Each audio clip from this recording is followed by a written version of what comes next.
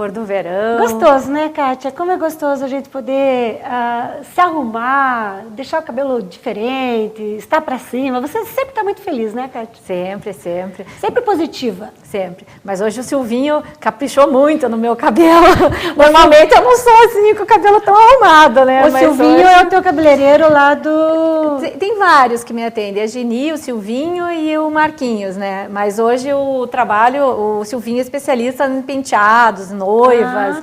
Ele faz para noivas, para formaturas, né? Cada penteado lindo, né? Noiva. Nossa, são lindas. E hoje ele caprichou, né? Hoje ele falou assim, hoje é por minha conta, né? Então... Realmente, eu fico super feliz. Fico feliz, Kátia, que você também, porque isso aí, essa maneira que você vem no programa, é uma consideração muito grande, eu te agradeço muito, porque você vem da melhor maneira possível para passar para as pessoas, né, para mim, para as pessoas que nos assistem, aquele alto astral, aquela beleza, aquela alegria que você sempre traz com você. Mas sabe o que é, Silvana? Ninguém gosta de ver coisa feia, mal feita, gente desarrumada, né? Então, em consideração, claro, ao seu público, né, ao seu programa, que é maravilhoso, eu realmente, capricho, eu dou uma atenção na aparência nesse dia, né? Já normalmente eu não sou tão arrumada assim na rua, não pense que vão me encontrar assim na rua, que não vão me encontrar. Mas encontram e te reconhecem, né? Reconhecem, mas por quê? Pelo público maravilhoso, né? Que tem esse programa, né? Então as pessoas gostam de ver coisas diferentes, né? Então eu tô um pouquinho diferente da realidade, né? Olha só, então a Kátia recebeu no escritório dela uma ligação do Wagner. Ele pergunta, olha só que interessante, inusitada essa pergunta dele. A namorada do Wagner ficou grávida e ele quer saber qual o direito que ele tem sobre o filho. Foi uma situação assim, é que essa questão de direito de família, né, é uma questão assim diária, né? E até essa vez aqui, só ligou o homem lá para o escritório, né? A audiência masculina parece que está maior do que a feminina. Que bom! Mas o Wagner, realmente, a preocupação dele é a seguinte, ele tem uma namorada, a namorada ficou grávida e eles brigaram, romperam o namoro.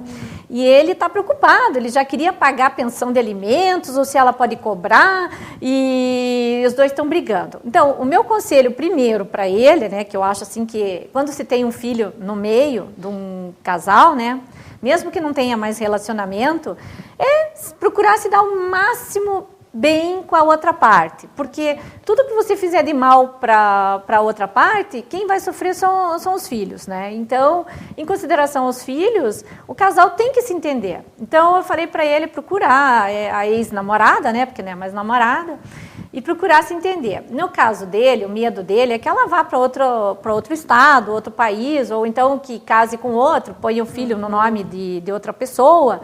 Aí eu falei, olha, você tem direito a ver teu filho, a conviver com ele, claro, um direito do pai. Se ela alegar que o filho não é teu, quando nascer, você requer o exame de paternidade, o DNA, né? Aí o reconhecimento, você paga a pensão e tem direito à visita do filho. Agora, se ela quiser morar no outro estado, outra cidade, ele não vai poder impedir isso, né? Mas ele vai ter o direito de ir lá, visitar, de conviver e de dizer que é o pai da criança. Ele sabe que é o pai. Então, ele só está com medo, assim, que ela está ameaçando que vai pôr no nome de outro, que vai arranjar outro namorado, outro marido.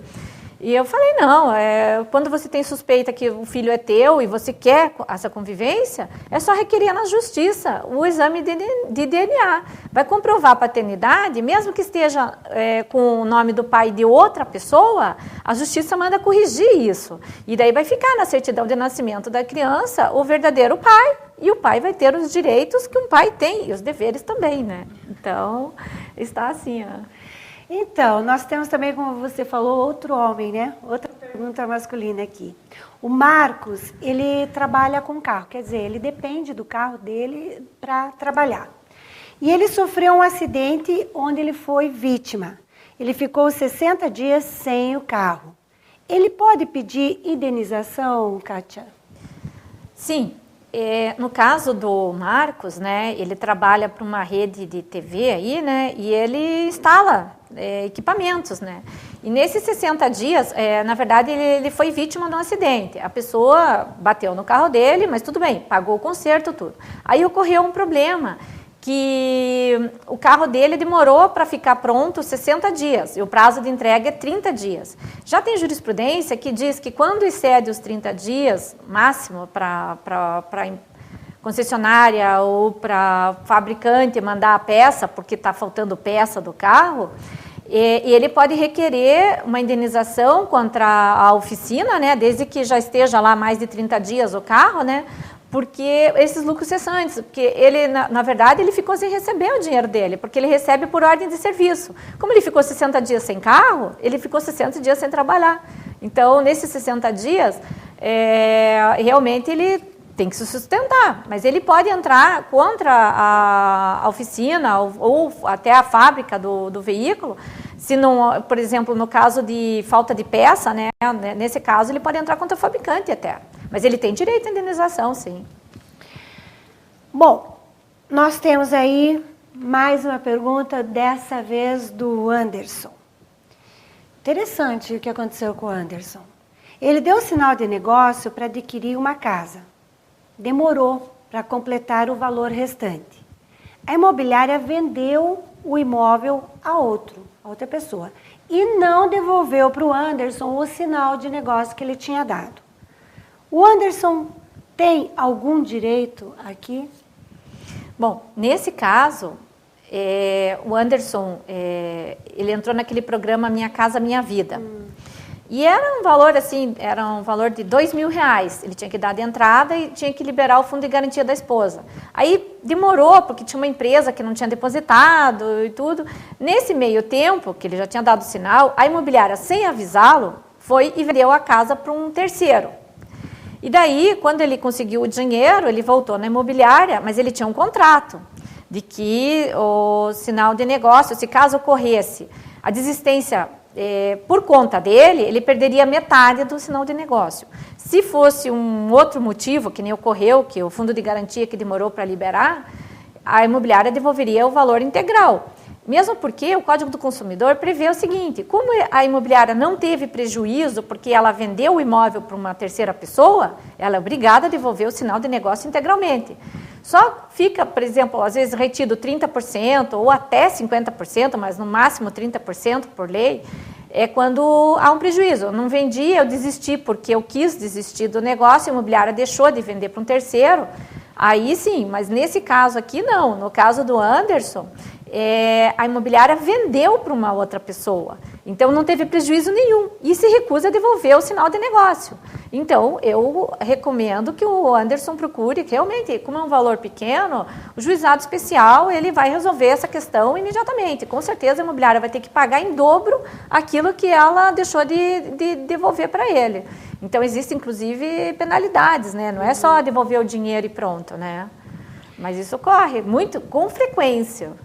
Agora, Kátia, eu quero esclarecer que, de repente, você que está assistindo, você pode pensar, não, eu vou mandar minha pergunta e já vou estar comprometido com a Kátia. Não, o objetivo da Kátia aqui no programa não é pegar os clientes, não é ter mais clientes. O objetivo da Kátia é realmente fazer essa consultoria, né, Kátia? Então, por exemplo, todas essas perguntas, as perguntas que têm vindo ao programa, você sempre orienta que o que a pessoa, quem pode pagar um advogado, pega um advogado. Mas e quem de repente não pode? Existe como eles podem proceder?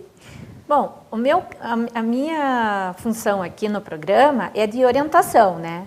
Então, eu estou aqui para orientar as pessoas que não sabem se tem direito, se podem buscar os direitos. Então, a pessoa tem essa dúvida, ela me liga, eu respondo os direitos, claro, mas eu não vou fazer ação. E eu já encaminho.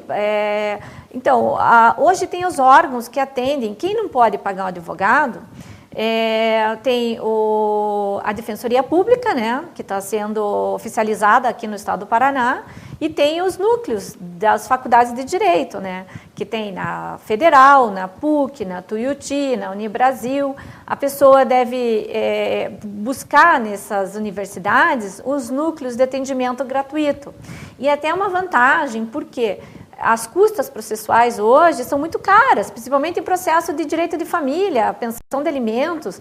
E quando a pessoa entra pela Defensoria Pública ou por um núcleo desse de uma universidade, ela pede a justiça gratuita, ela fica isenta dessas custas, né? E funciona muito bem, porque a supervisão é dos professores das faculdades, né? Os estagiários vão lá, fazem tudo, mas quem supervisiona sempre é o professor da matéria, né? Então, é muito bem atendido.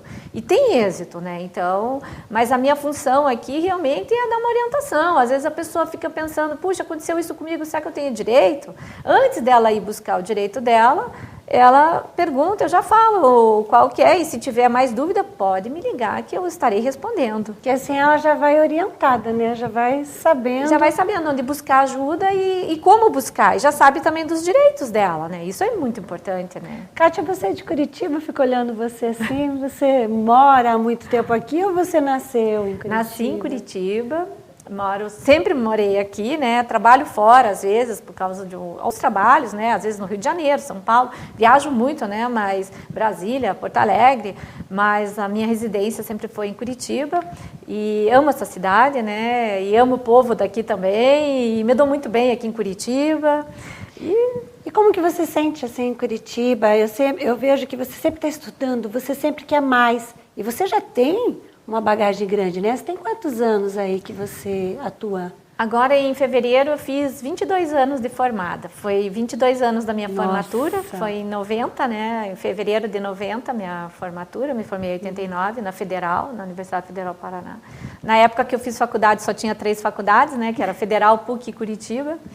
Mas uma turma muito bacana, a turma do Gustavo Fruit, né? Turma muito bacana, muito animada, muitas saudades, mas...